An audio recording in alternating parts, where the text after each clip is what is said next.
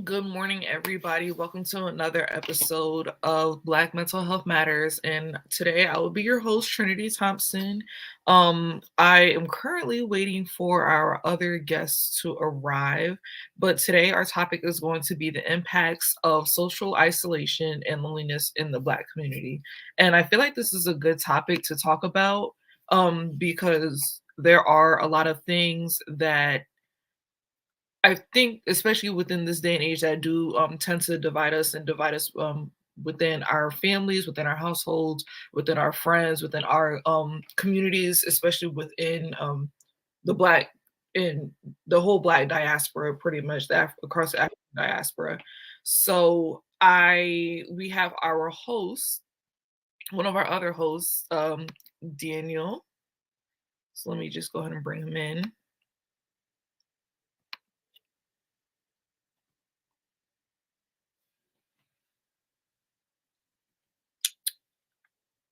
But um I guess we're just going to go ahead and get started with our conversation today. So, social isolation. First, I feel like it's important to go over even what social isolation means.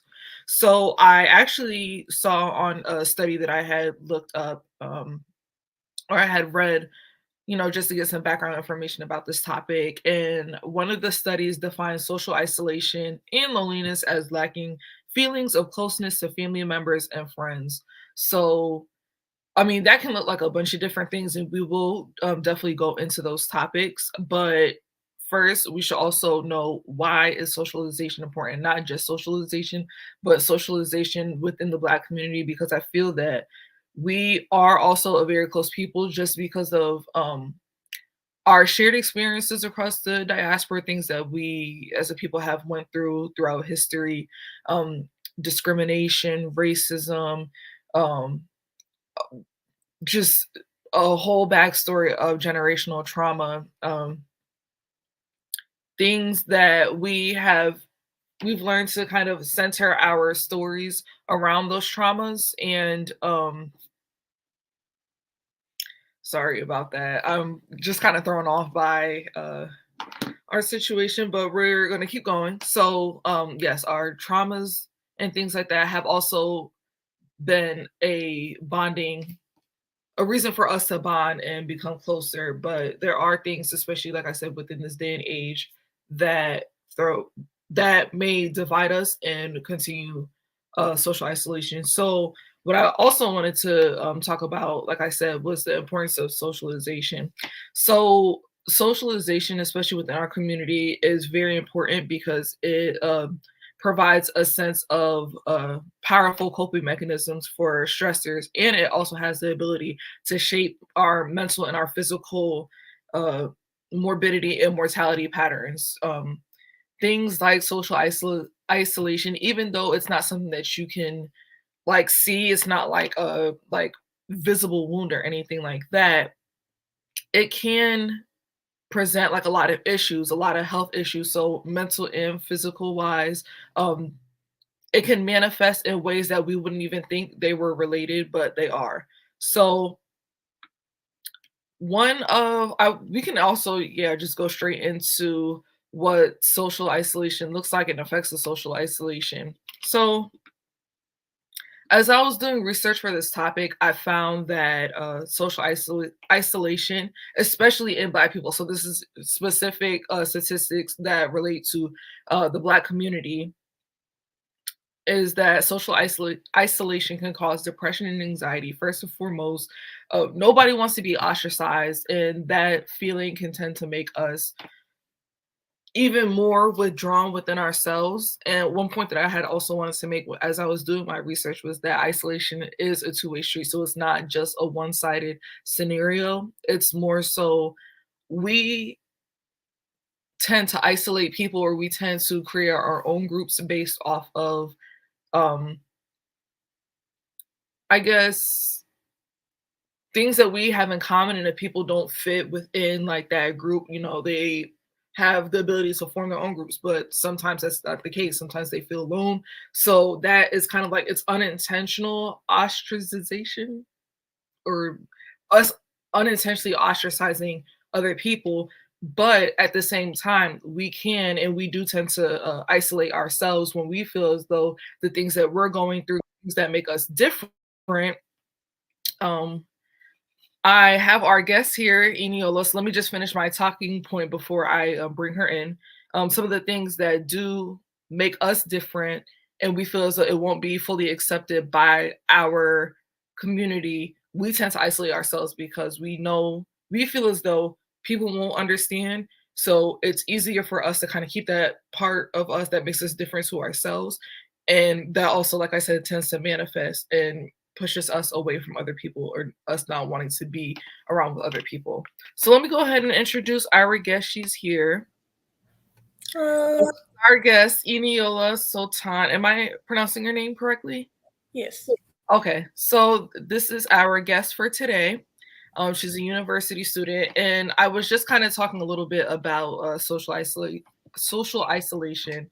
So I will go ahead and kind of go backwards, but I also want your input. So first, I just want you to kind of like introduce us to our guests and kind of tell us like a little bit about like your university experience, like where you go, and then we'll get straight into the topic. So my name is Eniola. I was born in Nigeria, but my family moved out from there when I was 2. So I haven't been back in a while. And then we lived in Canada for 15 years, and now we're in America. And I go to Dickinson State University. It's actually my first year at Dickinson State. I had my first year of university at the University of Winnipeg in Canada. So it's going to be a bit of a change for me. Okay.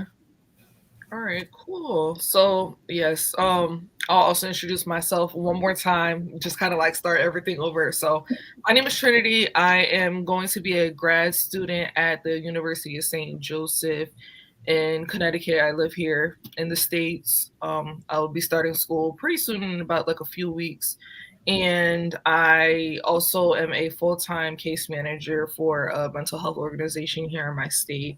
So, I was telling our viewers that today we're talking about the impacts of social isolation and loneliness in the Black community. And the first thing that I did was I defined what social isolation was, which is lacking feelings of closeness to family members and friends. And then I also covered, the importance of socialization, which is powerful coping mechanisms for stressors. And socialization has the power and the ability to shape mental and physical, sorry, morbidity and mortality patterns. So I wanted to go a little bit into like things that cause social isolation, but I wanted to know, like, from your experience, have you ever experienced like a time where you felt like socially isolated, like maybe by your family? You said that like you moved around a little bit when you were growing up, especially Yeah. being from, you said Nigeria, right? Yeah. Okay, so being from Nigeria, and migrating from Nigeria to Canada, then Canada to here, like, what was your experience like with that as far as social isolation? Um, it always did feel a little bit lonely at first.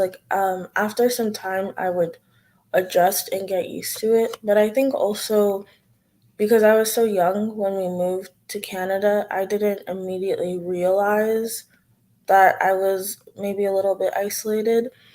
Um, I think my elementary school, like we had a lot of people from different places in the world. Like there was lots of diversity, and we did a good job talking about that kind of stuff. But I was the only person from Nigeria, and at most, I was one of like 3 black kids in class, Mhm. and so I didn't realize how isolating it was until we actually kind of started talking about it. And then for me, it was a little bit embarrassing because I sort of felt like everyone knew more about their culture or where they came from than I did. Because, usually people had other people to talk to about their culture. There were usually like a couple kids from the same place, but I was kind of just by myself in that. So I would talk to my parents about it, but then going to school, I felt a little bit alone in that, and I felt like no one kind of shared my experiences. Um, as I got older, I met more people from the diaspora. So university, when my first year at University of Winnipeg, I definitely was not the only Nigerian student there. So I met more people, but when I was in elementary and middle school, I kind of had to do my own learning and make myself feel less isolated on my own, just because um, like I was the only person, and it was a little bit. I don't want to say burdensome, but it almost was a little bit burdensome because I was the representative of Nigeria and the representative of that experience for pretty much my entire school, but Mhm. I didn't know everything, and so it felt a little bit lonely to have all that pressure on me. Like I was the, I guess, sole resource for their information on Nigeria and on that part of the world, and I wanted to make sure that I represented it accurately, but at Mhm. the same time, I also needed help and needed resources and didn't have other people there to talk to about those experiences. Yeah. I mean, I definitely feel like I could empathize with that because like you said, having to represent an entire place because you're one of the only, if not the only person that comes from Nigeria when you were in school, you felt the need to like represent it and represent and just like you said, represent it accurately. But that is a lot of pressure, especially if you didn't if especially because that place is not as familiar to you because that's not a Yeah. place that like you grew up like you said that you grew up in Canada, so the experiences that you have might be different, from your parents because even though you are first generation, um, you still that's still a place that is like home for you, but like you said, you want to represent it accurately. And I could see how that would be like a lot of pressure, especially for like somebody that's so young. You don't know everything there Yeah. is to know about Nigeria. And when people ask, you don't want to give them the wrong impression or want to give them like the wrong view, but you know, you can't make it up. Like you don't know what it is. So I definitely appreciate you sharing that experience. And I feel like that also is something that I didn't really think about as far as like migrating experiences and people moving internationally across the diaspora um, as a as a cause of social isolation and loneliness. So I do want to get into some of the other causes that I kind of did some research about. So I told our viewers and I told the viewers before that before I go into these shows, I really like to do like my research so that I know or have some type of background as to the things that we discussed. So I've kind of came up with like a list of things, a list of causes that might also cause social isolation and I really felt like there was a theme with like lifestyle choices. So I know within the Black community, whether you're Caribbean, African American, Black American, Black wherever you are, that lifestyle choices definitely tends to affect those. Lifestyle choices can cause social isolation. So I feel like first and foremost, sexuality and gender expression is definitely something that presents an issue within a lot of black households and like black communities because gender sexuality and gender expression is not open and like welcome in all communities. I think we know that across religious experiences and within certain ethnicities of the black diaspora, sexuality and gender identity slash expression definitely poses a big question to a lot of people, especially a lot of people that come from like older generations. Uh, Heteronormativity and like being cisgender heterosexual is the norm. It's the standard. That's what men are supposed to marry women. They're supposed to have children. And even going further into like even like gender roles and things like that, but mostly sexuality, expressing yourself and choosing to identify as anything else other than being cisgender and being heterosexual is presents a problem in a lot of different communities. So like what are your thoughts about like how the LGBTQ community with people that are also black, how do you think that affects like social isolation? I feel like for them, like you said, in a lot of Black communities, and like obviously also depending on like religion and ethnicities and things like that, it's not widely accepted, and I feel like it presents a situation where they feel like they have to choose one part of themselves over Mhm, another, which can be really difficult. And I think like intersectionality is really important, but when people don't feel like every part of themselves is accepted, then it doesn't allow for intersectionality, and they kind of feel like they just have to choose one part of themselves or another, which isn't full acceptance if you feel like you have to hide parts of yourself. But I mhm, also think it's challenging because I think certain groups, like um, their family members or friends that they grew up with or whatever group, I think sometimes how someone chooses to express themselves, I think sometimes the other people kind of take that as a projection, or personally, um I guess personally take that in, because there's so many, I guess, instances of parents feeling like disappointed or ashamed whenever their kids come out to them. mhm, And I feel like that's them taking their child's self expression almost as like an insult. mhm, And like thinking about it like that, it makes sense why so many people don't feel safe talking about that part of themselves, because everyone around them that's close to them could take it as an insult or could see it as some kind of issue.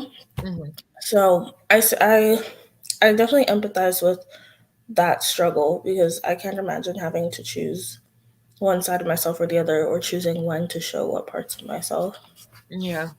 I know, I definitely agree with that. I think I really like the fact that you kind of phrase it as having to choose one part of your identity, because it's like that's an actual ultimatum that people get faced with on a daily basis. Like it happens all the time with, you either you're here, you're with us, or you're our family, and you kind of go along with what we say as far as what's normal, but if you're choosing to like express that part of yourself, then like you can't be here, like you it's either one or the other.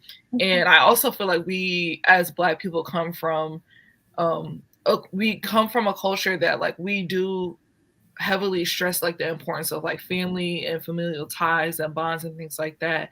So it's natural for us to want and to seek acceptance within our families. For the people that we want to like when we grow up and we bring people into our lives, we feel as though we're bringing them into like this family. So if I'm a person that maybe I'm not cisgender. Maybe I feel as though I'm non-binary, or maybe like I'm masculine presenting. Maybe I identify as a male. I identify as transgender male, and I bring a woman home. I it would be natural for me to want my family to accept that person, because when we know like with marriage comes bringing in that person's family, and you're bringing in this person into our family. So when people get faced with that ultimatum as far as like you can either choose this person or you can choose us, but this person is not coming into our family and we hardly even accept you as it is, I can imagine what that struggle would be like to want everybody to be harmonious and have like the maintain like this relationship, um or build a relationship with this person and all be one big happy family, but it's not a possibility because that they're just not accepting. If I was born a female, I'm expected to grow up and marry a man and have children, so anything outside of that would not be normal. So I think that you also touched on a religion, which was also like another thing that I was going to go into as far as like what can cause social isolation. And I feel like one big thing with like religion is that anything that kind of goes against like a religious or like a spiritual standard as or like principle as far as like whatever you were brought up to believe in. So for example, I grew up in a Baptist Christian household. Things like, cheating, having children like out of wedlock, so not being married but you're having children, Mhm. premarital sex, and again touching on sexuality, anything outside of heteronormativity, even promiscuity, and not going to church or questioning like your beliefs. Those things can definitely cause isolation. Those will raise eyebrows in like our elders, because it's like, how dare you go against everything that we go to church on Sunday to believe in. So um what are, like, if you don't have any personal experiences with like religious social isolation, like what are some things like within like your culture that like you've seen would not be accepted by your, if you do have a religious culture, religious or like spiritual Mhm. things that like wouldn't be accepted, and things like people would be isolated for? Um, I think it's interesting because with religion, like there's so many religions and Hmm. so many people in the Black community are parts of so many different types of religions. So I think it's really difficult to have one set standard that works for every single person. I Hmm. feel like that doesn't allow for the differences that we all experience. But I also think like even even the idea of like black church, which is I think most people are familiar with black church, what that kind of Hmm. looks like. I think even within black churches, like there are differences. Like there are some there's like black African churches, there are black churches that fall under different denominations. Hmm. So for me, I think I was not confused but curious when I would go to different churches because I've been to a couple different churches and the culture was a little bit different. So I kind of had to learn what the set of rules there was very quickly. Hmm. And then outside of church, the culture is different even more so. So I think I probably had to ask myself what it meant to be part of that culture so many times because like the people I'm seeing like for example in music videos or whatever that so many people identify as like oh this is what black culture is like Hmm. they wouldn't fall into the category of what black culture was like at my church for example. So I had to figure out like which I guess which group I belonged in and I definitely struggled with that because I was trying to fit myself into this one box but I don't think it works out that neatly most of the time. Yeah. Yeah, so that's something that I've had to think about a lot. Um, and I think also that Black culture probably has slightly different definitions depending on which space that you're in. So it can be isolating because I'm not in a singular space all the time. Like Hmm. I'm in different places. I'm at school or I'm at work. I'm at different events. So I think it's almost a little bit exhausting to have to skew like who I am or what I represent a little bit based on what the definition of black culture is in that space. Hmm. Um but yeah, that's my experience with that. I I really like the last part. I want to touch on that when you said feeling like it's almost exhausting to have to like skew who you are, because I know in past conversations that I've had with other guests, we definitely talked a lot about like code switching and having to like, there are so many different like people that like you would have to be as like a black person, so like the black professional and being like the black member of the family, like in the black student, like those aren't all typically like the same person. You might present different in different settings or feel the need that you need to present different in different settings, and it is pretty much like kind of feeling like, I think in general, and especially like throughout history, black people have like felt the need to like compartmentalize. And it's like if you don't fit in like a certain like subset or like a certain category, and there's like a few different categories. Like if you don't fit into like maybe like one of those like four, I'm just using four as an example, like as a set number, then you're considered other. And now we have to like isolate you, or we have to like ostracize you. You can't like be, because you don't fit in like a certain standard of like what this type of black person looks like. So Mhm. I think that especially like growing up,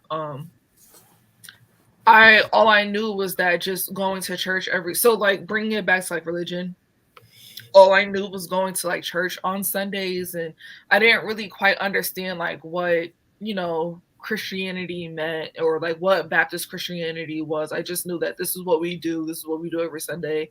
And then we go to the grocery store after, and then we go home for Sunday dinner.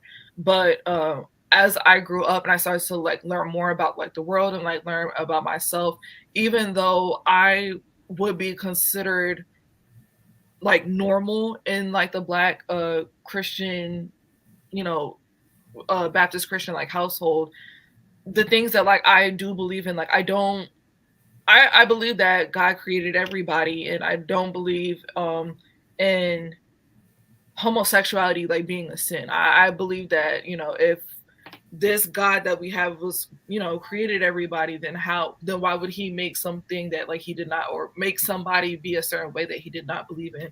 So as like I'm saying, like as I grew up, I started to believe more that like there are no sins. Like I didn't understand how people having children, outside of a marriage, or like not being married and having children was a sin. I understand how homosexuality would be considered a sin, or people that are sexually like liberated, or like they would use the word promiscuous or like hypersexual or anything like that, or even like just as far as like questioning beliefs, like they're like how I do and how I've been doing as I've come into my adulthood, and trying to like learn more about like my spirituality and like my religion, questioning things that don't make sense to me. And then I'm kind of like taking those uh bits and pieces of what I do and don't believe in, so that would make me fall out of the category of being like what a black Christian like should look like, because there are certain things that I choose to believe and don't believe, which is why I feel like now that I'm older, I can confidently say I don't want to identify as a Christian, because I don't fall into the category of like all of the things that like a Christian believes in. Um, so I want to keep going, because we're almost at the halfway mark. Education. I feel like this you're perfect to like speak about it, because you don't have the traditional experience of education, because you had the opportunities to like move around and things like that. So I guess you kind of touched on it as far as like what you had to like go through being the student that had to like you felt the need to kind of like represent Nigeria, but like not also, you didn't want to represent it like inaccurately. So is there anything else about your experience that like you want to share, or maybe even like talking about some of the things you experienced, like if you had friends that also came from other places and had to like assimilate to like the mainstream culture of like wherever you were? Yeah. Um, so one interesting thing about going to school in Canada. So like in the US, there's a large African American population just from people like descendants of slaves who had settled down there. Hmm. And in Canada, it's not quite the same. So most people are just immigrants, Hmm. because we didn't have quite that same population of slaves who settled down and had families over generations in Canada. Hmm. So for me, one of the things I started to realize in high school was that I'm both African and Black, and how those are kind of two different things to some Hmm. extent, Hmm. um, because of what people's expectations were like for an African person and what people's expectations were for someone who's Black. And I kind of started to realize like those were very different and almost kind of not antithetical, but they were almost opposites. So in high school, I made more friends with people um, who are Black and who are from different places. And I was part of Black History Month committee. Mhm. But I mean, being in that community almost pointed out just how different we were, kind of. Mhm. Because there were not a lot of Black people even in my high school and especially in my grade. And Mhm. so when we all came together, it kind of highlighted um, how different other people's expectations were from how we actually are. Like, I spent so much of high school being called whitewashed, or there was this one time in middle school, this girl asked me if I could do cornrows on her hair. And I Oh. said I didn't know how to. And she said, "Oh, how are you Black, but you don't know how to do cornrows?" And I, like, that was a big moment for me because I started to question, like, what, I guess, what qualifies me as a Black person. Like, obviously, my skin is darker and I'm Black, but there are so many things that people expect me to know, or so many ways that people expect me to act because I'm Black. And I feel Mhm. like it's exhausting to try to be every single one of those things. Um, and then even like elementary school, when someone had accidentally said the N word, I actually didn't even know what the N word was in elementary school. Like, Mhm. I wasn't exposed to that. And I only started to learn what it was and what the roots of that stuff was. Like grade 5 to middle school, I had to kind of do my own research on slavery and the roots of that word. So in elementary, it was hard because I was still learning about myself and I was still learning about my background and my culture. But Mhm. while this was going on, people are asking me questions still and kind of still expecting me to be the expert. Um, so yeah, like going back to what I said before, it was a lot of pressure. Because I wanted to take that opportunity. I know that there are so many stereotypes that are negative stereotypes that affect the Black community and the African communities. Mhm. So I wanted to take that opportunity to rectify those things and try to educate people as well as I could. But at the same time, I was still learning myself, and I had to give myself some time and some grace to actually figure out those things for myself before I could openly talk about it. But I felt like just existing as a Black person, I had to automatically be an advocate and be all of those things, which I wanted to be. I just didn't want to be without the correct education. I didn't want to put myself in a position where I was, I guess, raising awareness and talking to people about things that I hadn't actually figured out for myself. Mhm. Um, so that was, I had to find the balance between learning for myself and then also teaching others. Um, yeah, I think that's the main thing from my education experience. Yeah. I mean, I think it's definitely like important, like what you said, as far as like being to you being Black and then like being African are two different experiences. And like I completely agree with that. I have a friend that is a first generation Ghanaian American, and I always say I have friends from like a lot of different ethnicities, and I always say that it's like our Black experiences aren't the same. Like I sometimes I find it hard to even consider myself African American because my family is so like the generations are so far removed from coming from like Nigeria and Ghana and like Western Africa, that I really feel like I should just start identifying, and like I have just started identifying as like Black American, because my experience is different than yours, different than my Ghanaian American friend, different from my Jamaican American friends, my Caribbean American friends. In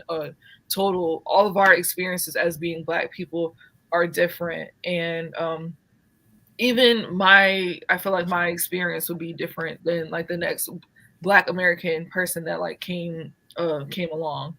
So when I was in high school, it was kind of like a melting pot. Like it was a fair mixture of like the white kids and the Black kids and Hispanic and things like that. I had like a few Asian kids here and there, but I really started to notice that like it wasn't, I wouldn't want like consider it social isolation because I went to a predominantly black female institution for college. Um you would think that that's where like I felt like the most welcome and everything, but there were things that did separate us and divide us, socioeconomic status, which kind of like further proves my point as to how our experiences will like never be the same. Like you, it's hard to take two people and like hope that they line up like perfectly because they won't. Things like socioeconomic status like divided us. So I mean, when I saw like a Mercedes Benz roll up on campus, I'm like, I wish I could be like that. It's like I don't come from that. I come from like a middle class family, but there were girls that went to swim that came from a lot of money, and there are girls that came from nothing. They literally had to fight tooth and nail just to be able to have a spot at the same institution that the rest of us were at. So it's like all of our experiences made us different. And I feel like the attitude of like elitism is somewhat, and I might get backlash for this, but this is my truth. I feel like there is an attitude of elitism at Spelman, especially if it came from, especially from the people that came from like more money. I feel like it's just a lot. There's a lot of differences that like make us different, and it Yeah. like it is the truth. It's not something that we can really shy from. There were a few other topics that I wanted to talk about, but just for the sake of time, I kind of want to move on. So the last cause of social isolation that I want to talk about is like mental health, because like mental health hasn't always been like talked about in the past. It hasn't always been as prominent as it is now, but I feel like we're coming to an age where mental health is everywhere, and people starting to realize that your physical health, like your mind and your body, are attached, and you can't have one without the other. So Mhm. I think that with mental health being very prominent in like the conversation is starting to kind of like awaken as far as mental health in the black community. There, I feel like there is definitely some social isolation. There are times when people say that, oh, like if you're going through a hard time, like mentally you're stressed out, you think you're feeling like depressed, and then the response would be, well, what do you have to like be depressed about? Like you don't pay bills, this and the third. It's like things that like we kind of heard growing up, as far as like, well, why do you Mhm. feel this way? Why do you feel that way? Or even like from like my elders personally, and maybe across the diaspora, it's like kind of pray it away. You use spiritual or religious guidance, and the thing is like that's not wrong, but it's like there are also trained professionals that did extensive schooling to be able to like help. And I feel like that also is uh there's another issue as far as like lack of representation and everything. But I think mental health experiences are regarded as unimportant compared to like if I broke my arm, like it's something that you can see that is Yeah. like visibly wrong, versus somebody like me. Like I do deal with like depression and anxiety, and I had a hard time kind of dealing with that. So at first I began to isolate because I felt like other people, my parents, my family, wouldn't understand what that was like. So what are your thoughts about like mental health and social isolation? Yeah, I definitely understand because I mean, it's getting better, but it still to some degree is stigmatized, and Hmm. especially depending on where you grew up or what your family's beliefs are, it can be more difficult to come forward about going through issues. And is it might feel like hiding it is the easier option compared to everything you'd have to go through to be open with it. Um, and I think also when someone doesn't believe you, it hurts. And so I tried to, I guess, protect myself from that hurt because I didn't want to face not being believed. Because I mean, with mental health, it's hard to prove it until it gets to a really bad point. And you don't want it to get to a really bad point before something is being done. I Hmm. think for me, because it happened over the pandemic, we were all at home. I literally couldn't hide it. Like whenever I like my hands were shaking or I was starting to feel panicky, like um there was no way I could hide it when all of us were at home during Right. the lockdown. Hmm. So my experience was, I guess I half came forward about it, but then it was also more so just noticed because we were all at home and it was kind of hard to miss. Um, so I think first of all, having the support actually made it easier. Like I'm not saying it erased all those issues, but having support made it easier to experience those kinds of things. Hmm. And then also when you have a community and you can actually talk about it, I think that makes things easier. But I think the second thing is kind of what you were alluding to with the representation. I think once you come forward about the issues, getting help is also hard. I mean, aside from the fact that therapy is expensive, Hmm. and there are lots of groups who, they do not have the means to go to therapy, like they can't afford it, um, or they're not even in an area where they would have access to Hmm. therapy. And also just because there are so many mental health issues that I don't want to say they're exclusive to the Black community, but I think, that Black people experience uniquely. Like there's a lot of fear and paranoia about how you'll be perceived, about safety. I remember like every time a shooting happened, I always had like intense paranoia for like weeks on end. Um, Hmm. Even though I lived in a relatively safe area, just having that paranoia, and not everyone will understand it. So I think that's why it's important to make sure like when you come forward that you're struggling with something mentally, that the person you go to also understands that and won't, I guess, gaslight your issues just because they Hmm. don't fully understand it. I think your issues need to be understood um, in order for the person to help you work through it. Um, because there are so many issues that people who maybe aren't in the community or who don't experience it for themselves are not going to be able to understand. So I think that's an important thing is one, getting more access to help for everybody, Hmm. like making help more accessible, and then also making sure that there are people who can actually understand and help others through those unique struggles. Right. You definitely hit like a lot of like great talking points. I do want to go to the comments really quick. Carl Ellis, thank you for joining us. Carl Ellis says most of our young Black boys go through this, and wanted to touch on this specifically because I know like between when like you're comparing like males and females, boys and girls, or however you want to use the terminology, I think it definitely is more accepting for women, females, girls to be a little bit more open and like forthcoming like with their Mhm. feelings, like the things that they're experiencing. But with Black boys specifically, I think that across the diaspora, like any situation that like you're in, you're mostly taught to kind of like grow up with like a put on a tough face, don't let anybody see you cry, don't let anybody see you emotionally vulnerable. People will try and use that against you. People are going to see you weak. And I mean that does apply to like Black women as well, because we know that we have like the strong Black woman complex and everything. But like for Black boys, I feel like they deal a lot more with kind of like, especially like what you said, like that paranoia and like not knowing if they're going to be safe like out in like society and things like that.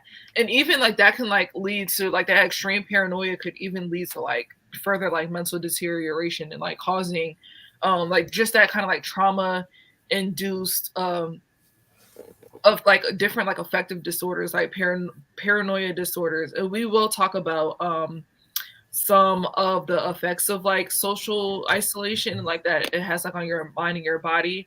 But as far as like mental health, I think that when I was growing up, I think I experienced more anxiety growing up, and like the depression kind of like came a little bit later. But like with the anxiety, like my parents, and shout out to my parents because like it's not their fault, I don't blame them at all, but I think that they just kind of like always regarded that like or attributed to like my like nervous tendencies, like that's just the way that Trinity is. Like she's just, sometimes she's just like on edge or whatever. Like some but like as I've been growing up and starting to like look back at like my childhood, I think about like all the times where I used to hate that we had like a substitute teacher and I like would get a headache. Like it would be like almost, I don't know. I could just walk into the classroom and see the substitute teacher. I'm just like, I already know that I'm not staying here for the rest of the day.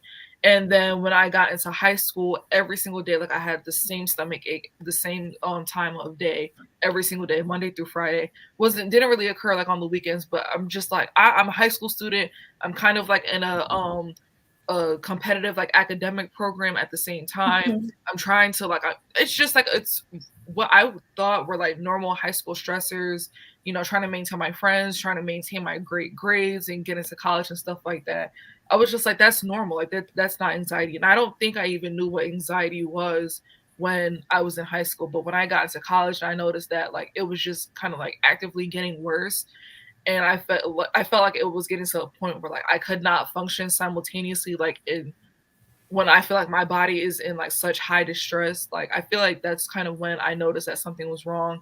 But the isolated part of it came from me trying to hide it and constantly trying to hide it. And like when I was feeling depressed, the only thing I would want to do is like be in my room because I don't want anybody to see me down. So like I was like self isolating, and I feel like that was just very destructive. And it wasn't until I started going to therapy, and it's still something that I'm learning. I'm not by any means an expert in this, but um just something that like I've been learning is that it's okay to like let I wouldn't go out into the street and start like screaming and crying and everything, but like at least being open like Mhm. with my sisters and my parents about the things that like I'm going through. I have an actual support system here. I don't need to feel like I have to hide what I'm going through Yeah. from them. So I mean, I definitely appreciate you opening up about that because, again, like experiencing like mental health issues and challenges, especially within our community, is not the easiest thing in the world. But I feel like it takes like trailblazers like us and anybody else that is willing to open up about like the things that they're going through that can help like reduce social isolation. So we're gonna move into our next topic of effects. So we talked about things that cause it.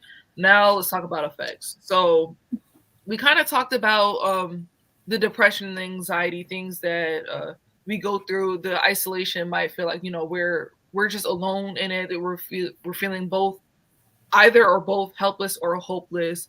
But social isolation can also cause psychotic disorders, affective disorders. Earlier, I mentioned that the mind and the body are one. So when we are dealing with some type of psychological distress, it could also cause higher risk of self injurious behaviors and suicidality. So we might feel the need to like take it a step further because the only thing our brain knows is kind of like it goes into like a self-destructive mode when we are in psychological distress. The only thing that we want to do and the only thing we know how to do is try to end the pain, and that might lead to self-injurious behaviors or suicidal thoughts or suicidal tendencies to take it to the point where we're no longer here. But it can also lead to Alzheimer's, high blood pressure, substance abuse, heart disease. So, have you experienced, not maybe not yourself, but like have you seen this like within like your community, like within your family, the like pressures of like stress and things like that, of like social isolation cause some of these like disorders? Yeah.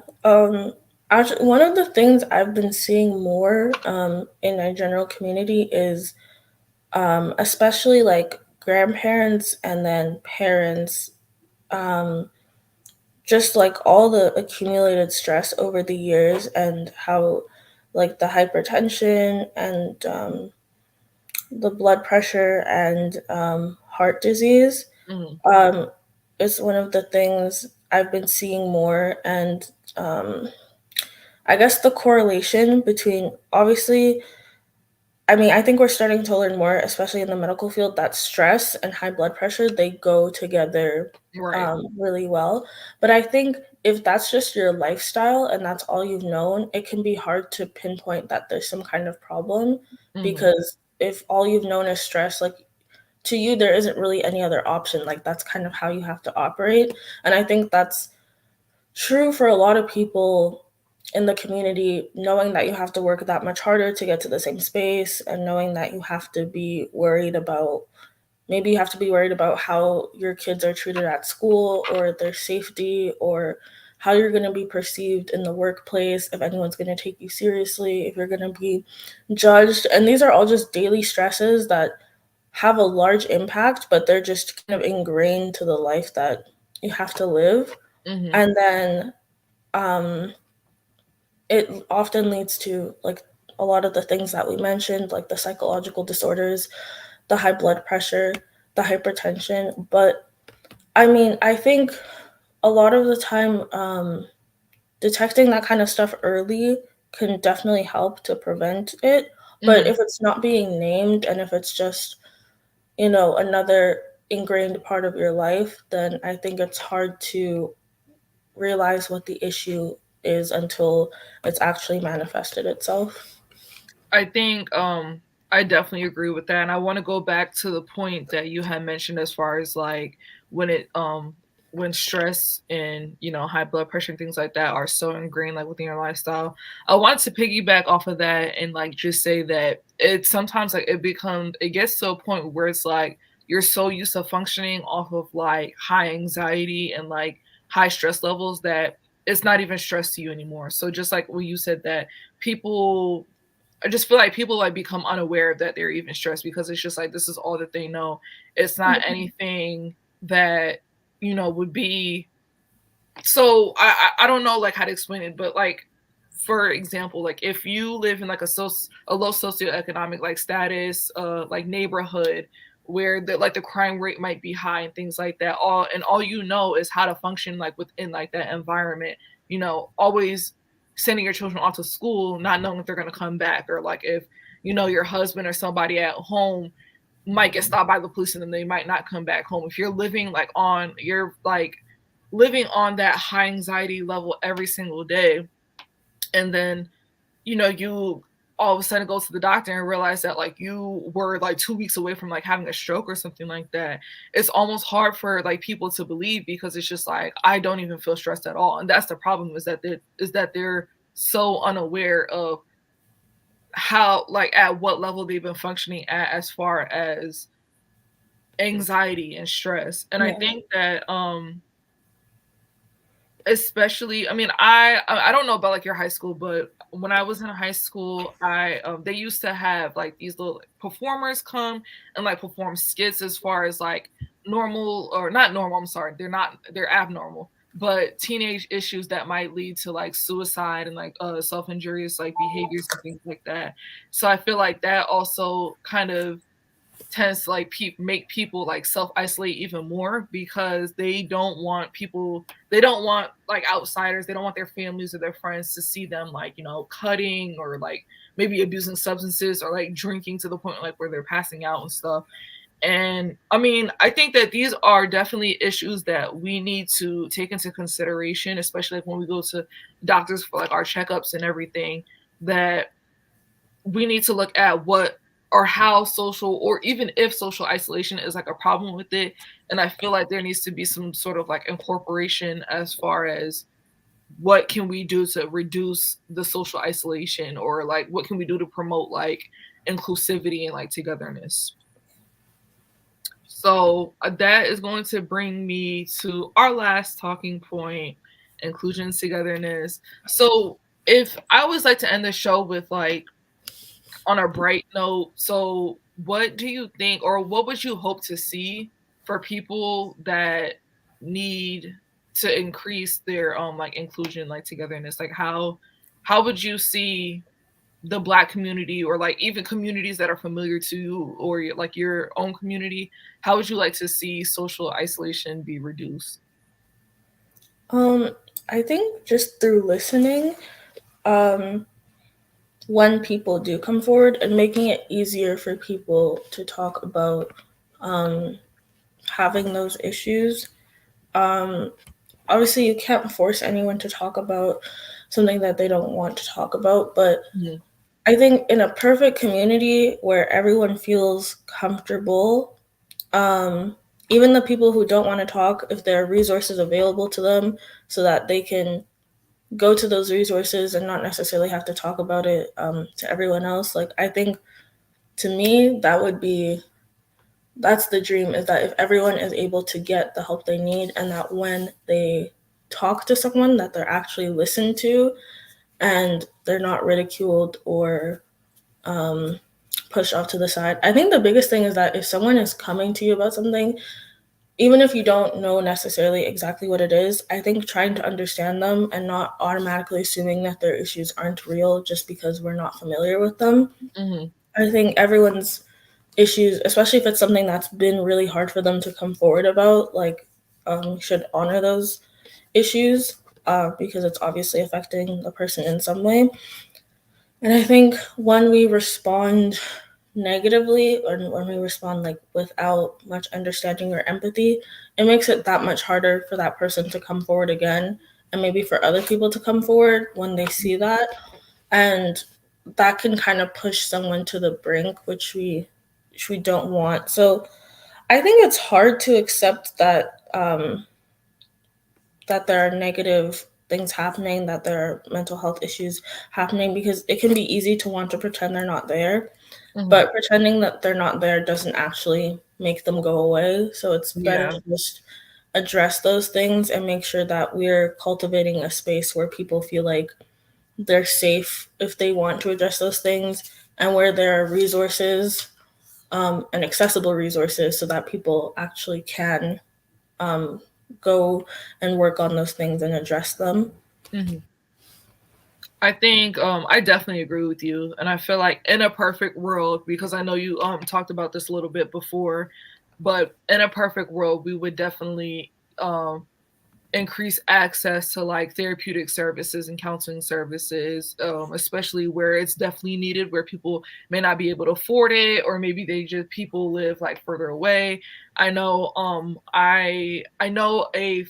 marriage and family therapist that I think she did like her internship in North Carolina, but she did her internship at a counseling services that was like in a rural part of North Carolina, so there wasn't like a lot of outreach for people to even know that this like service existed or anything like that, because it was just kind of like so far out. But definitely increasing like the access to counseling services for people that would need the access to it. I also feel like just encouraging families, because I know like family therapy, like as great as it sounds, like a lot of people don't believe in family therapy. A lot of people feel as though um they don't need a stranger to come into, you know, their mix and kind of tell them about themselves. But I feel like one thing that we can encourage each other to do, which doesn't even involve therapy at all, is to just encourage families to hone in, like just really focus on the things that bring them together instead of like the things that bring them apart. So it's like Mhm. if there's a mom and dad that aren't accepting of like their child's like lifestyle or like decisions that they make or anything like that, then you know maybe that shouldn't be the focus on, that shouldn't be the focus of their, or they shouldn't center their relationship around the things that makes their child different from them or from the family. I think that uh it would be better, it could, and it could also introduce like a safe space for people to talk, is if they hone in on things that bring them together. I know in a previous episode we talked about the importance of like food within the Black community. It doesn't matter where you are in the across the African diaspora, like we really focus like community, family, friends, like we really come together over the strength of like food and what food and cuisine means to us. So it's like if that's something that your family enjoys, maybe you could use food as that safe space to kind of sit down and like introduce harder topics of conversations that is a little bit more difficult to have, rather than just sitting down at a table and everybody getting so defensive and yelling at everybody, you know, for Yeah. the differences and things like that. So I feel like I said, just to kind of sum it up, I think that definitely focusing on similarities and the things that strengthen the family um could be better. It could like, you know, strengthen that relationship before bringing in like those harder conversations of like, well, I need to be accepted for who I am and the differences that I bring to the table, because that's just the person that you are. You Yeah. shouldn't have to change that based off of somebody else's beliefs. So we are actually at time. I want to thank Eniola so much for coming today, speaking, sharing your personal experiences. I really, really appreciate it. And I thank you to all of our viewers, anybody that talked in the comments. Thank you so much. And we will see you next Saturday for another episode of Black Mental Health Matters. Thanks. Thank you, Trinity. Thank Thank you. you. Bye.